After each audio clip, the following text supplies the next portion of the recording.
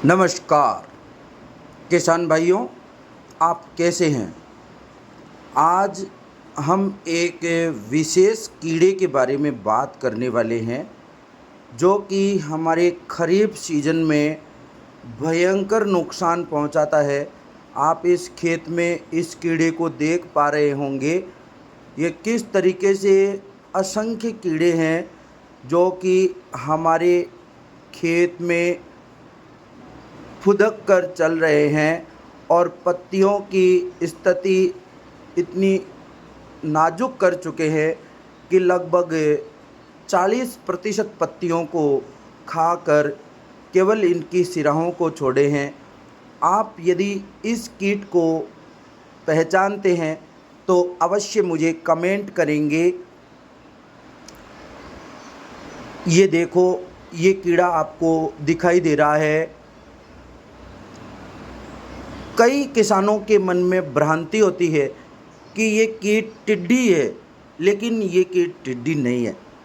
मैं आपको जानकारी के लिए दे दूं, यह कीड़ा केवल खरीफ मौसम में ही प्रभावी होता है, जिसमें भी लगभग अगस्त से लेकर सितंबर माह में ज़्यादा प्रभावी रहता है, ज़्यादा नुकसान पहुंचाता है।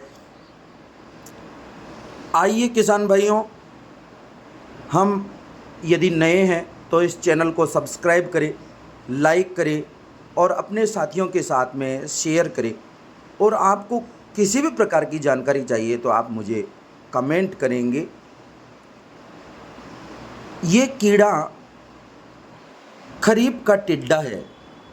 खरीफ ग्रासोपर के नाम से जाना जाता है। इसे कहीं कहीं पर फुदका कीट के नाम से या टिड्डा के नाम से भी जाना जाता है। ग्रासोपर ये बड़े आकार का कीड़ा है और फेमस कीट है। कई जगह राजस्थानी में इसे राम जी का घोड़ा भी कहते हैं। आँख धतूरे पर देखने के लिए मिलता है। ये कीड़ा खरीफ सीजन में बाजरा, ज्वार, मक्का, चावल, कपास, मूंगफली, दालें, ग्वार, मूंग, मोठ सभी फसलों को भयंकर रूप से नुकसान पहुंचाता है। यह कीट मुख्य रूप से पत्तियों को खाकर नष्ट कर देता है, जिससे पौधे की बढ़वार नहीं हो पाती है। केवल सिराओं को ही छोड़ता है और पूरी क्षति पहुंचाता है। केवल डंठल दिखाई देते हैं, पत्तियां खत्म हो जाती है। इस कीट के मुखांग काटने और चबाने वाले होते हैं, जो कि भयंकर रूप से क्षति पहुंचाता है और फूल भी बहुत कम निकल पाते हैं, जिससे किसान को बड़ी हानि होती है।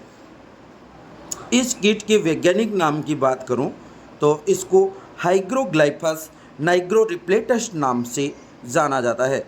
यह कीट आर्थ्रोपोडा वर्ग का कीड़ा है, जिसमें आर्थ्रोपटेरा गण में यह कीड़ा पाया जाता है।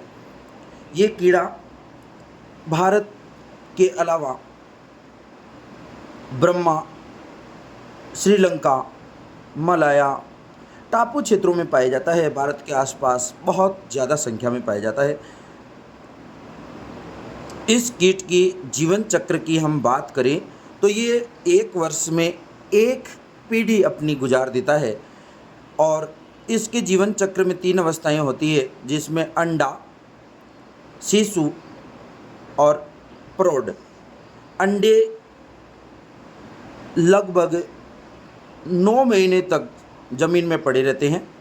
इसके बाद में निम्फ निकलता है, जिसे शिशु कहते हैं, जो कि लगभग 2-3 महीने तक हमारी फसलों को खाता है और फिर वो एडल्ट में कन्वर्ट होकर के वापस अंडे देना प्रारंभ करता है। ये कीट मुख्य रूप से मानसून की पहली वर्षा के समय अधिक सक्रिय होता है। इस समय यह कीट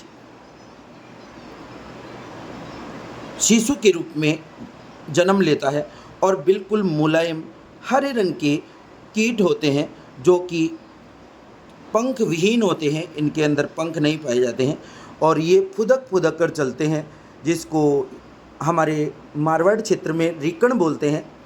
और ये हमारे खेत में जो खरीफ सीजन की घासें हैं, खरपतवार हैं, उनके ऊपर प्रारंभ में देखने के लिए मिलता है। और जैसे ही बाजरा, ज्वार, मक्का की फसल बड़ी होती है तो उसको खाना प्रारंभ कर देता है और ये बहुत अधिक मात्रा में इसको खा करके नुकसान पहुंचाता है।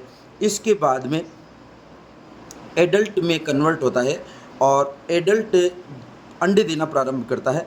अंडे ये सामान्यतया बलुई मृदा के अंदर, जो नमी युक्त मृदा है उसके अंदर देते हैं। एक मादा एक ग्रुप में लगभग 40 अंडे देती है और एक मादा एक सीजन में लगभग 15 से 20 ग्रुप में अंडे देती है, जिसमें लगभग 600 से 800 अंडे होते हैं। ये अंडे देती है, उसमें एक झागदार द्रव्य छोड़ती है जिससे वह सूखने के बाद सीमेंट की तरह पक्का हो जाता है, ताकि 9 महीने तक वो अंडे मिट्टी में पड़े रहते हैं। और 9 महीने के बाद में जैसे ही मानसून की बरसात होती है तो इनमें हैचरिंग शुरू होती है और इनसे शिशु निकल करके फसल को नुकसान पहुंचाते हैं। किसान भाइयों, इन कीड़ों के नियंत्रण की मैं बात करूं तो इसके नियंत्रण के लिए जो केमिकल रिकमेंडेड है उसमें है प्रोफेनोफॉस 50 cc, लेम्डा साइहेलोथ्रीन 5 EC या इमाबेक्टिन बेंजोएट अथवा मेलाथियान 5% चूर्ण 25 किलोग्राम प्रति हेक्टेयर की दर से हम बुरकाव कर सकते हैं।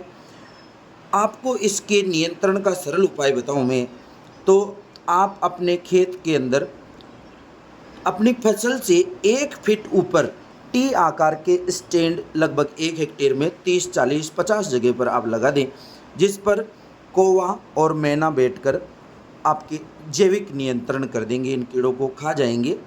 इसके अलावा आप मानसून की पहली बरसात के समय प्रकाश पाश का प्रयोग कर सकते हैं, जिससे भी ये कंट्रोल हो जाएगा।